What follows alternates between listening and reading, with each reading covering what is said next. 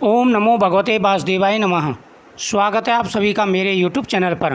मैं हरिओम शर्मा आज आपको रक्षाबंधन से संबंधित जानकारी दे रहा हूँ। रक्षाबंधन की प्राचीन कथा।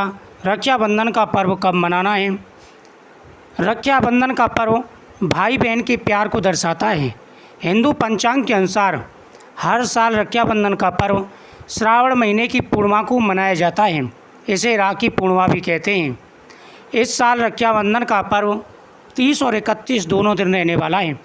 इस दिन बहनें अपने भाइयों की कलाई पर राखी बांधती हैं, जबकि भाई अपनी बहनों की रक्षा का वचन देते हैं। इस दौरान बहन भाई एक दूसरे को मिठाई खिलाते हैं और उपहार भी देते हैं। ये हिंदुओं के सबसे महत्वपूर्ण त्योहारों में से एक है, लेकिन भद्रा का विशेष रूप से ध्यान रखा जाता है। यह पर्व बड़ा प्राचीन पर्व है और बहन अपने भाई के हाथ पर कलाई पर जो रक्षा सूत्र बांधती है, भगवान से प्रार्थना करती है कि उसके भाई की आयु लंबी हो, उस पर कोई कष्ट ना आए, उसके जीवन में सदा ही खुशहाली रहे। इस दिन भगवान की पूजा करते समय आपको निवेदन करना है। पूजा की थाली सजानी है, उसमें रोली मोली चावल, मिठाई, राखी, एक कलश, ये सारी चीज़ें रखें। सबसे पहले वह है भगवान के सामने रखें। पहली राखी गणेश जी को, दूसरी राखी भगवान कृष्ण को बांधें। फिर शुभ मुहूर्त में आप भाई की राखी बांधें। इस बार रात के 9:02 तक भद्रा रहेगी, तो 30 तारीख को रात के 9:03 से लेकर के 31 तारीख की सुबह 7:07 तक राखी का शुभ मुहूर्त रहेगा। इसी टाइम पर आप राखी का पर्व मनाएं। कथा इस प्रकार से है।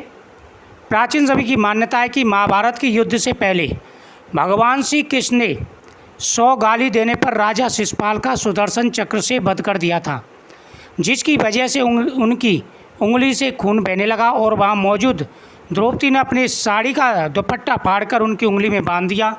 जिसके बाद भगवान कृष्ण ने द्रौपदी को हर संकट से बचाने का वचन दिया। तभी से रक्षाबंधन के दिन भाई की कलाई पर बहन राखी बांधती है।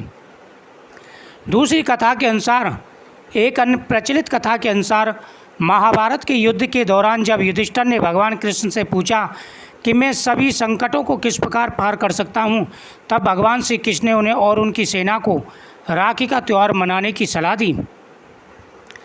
धार्मिक मान्यताओं के अनुसार एक बार राजा बलि ने अश्वमेध यज्ञ कराया था। उस समय भगवान विष्णु ने बौने का रूप धारण किया और राजा बलि से 3 पग भूमि दान में मांगी। राजा बलि उसके लिए तैयार हो गए।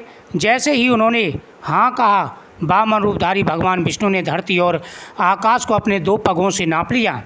इसके बाद उनका विशाल रूप देखकर राजा बलि ने अपने सिर को उनके सामने चरणों में रख दिया। फिर भगवान ने से वरदान मांगा कि जब भी मैं भगवान को देखूं तो सबसे पहले मेरी नज़र आप पर जाए। हर पल सोते जागते उठते बैठते आपको देखता रहूं। भगवान ने उन्हें वरदान दिया और उनके साथ रहने लगे। राजा बलि उठता सोता बैठता भगवान उसके सामने बैठे रहते थे उसके वरदान के कारण, जिसके बाद माता लक्ष्मी परेशान हो गईं और नारद मुनि को सारी बात बताई।